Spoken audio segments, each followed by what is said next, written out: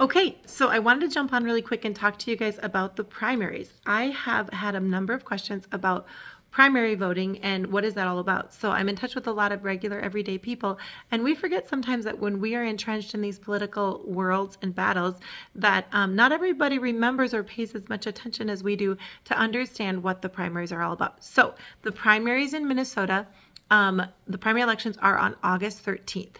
And what we do at the primaries is we decide who our candidate is going to be. So for instance, I'm running for U.S. Senate right now. There's probably 6 or 8 other candidates also running as a Republican, like I am, for U.S. Senate.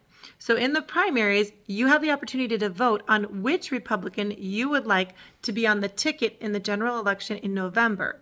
So the way the primaries work, you can only vote on one party or the other. So you're only going to be able to vote on the Republican Party or the Democrat Party. You'll have multiple races, if it's Senate, if it's Congress, if it's local races, whatever it is, and you can vote in each of those races, but you would have to stick with either the Republican Party or the Democrat Party, or the ticket for the Republican or the ticket for the Democrat Party in your primary voting. And so it's important that you get to the polls on August 13th and vote. I would ask for your vote for Alycia Gruenhagen for U.S. Senate.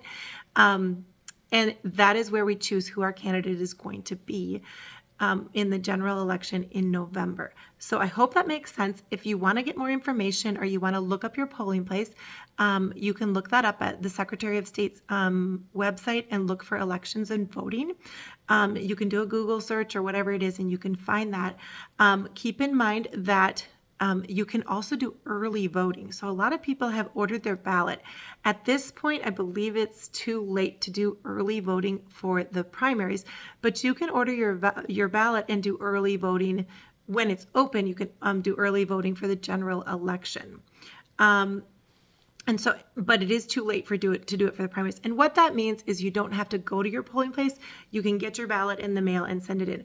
A lot of people who are concerned about election integrity have decided they'd want to go in person and they don't want to do the mail-in. If you ask me, it's up to you, but the Secretary of State allows us to do early voting or to go to your polling place in person. So I hope that makes sense, and I would love to earn your vote for August 13th for Alycia for U.S. Senate. I'm running as a Republican. I'm pro-life, and you can look at my webpage and look at my Facebook page, check me out a little bit more.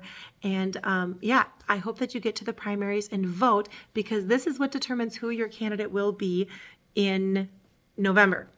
So vote for me and get to the polls either way, okay? God bless you. Thank you so much.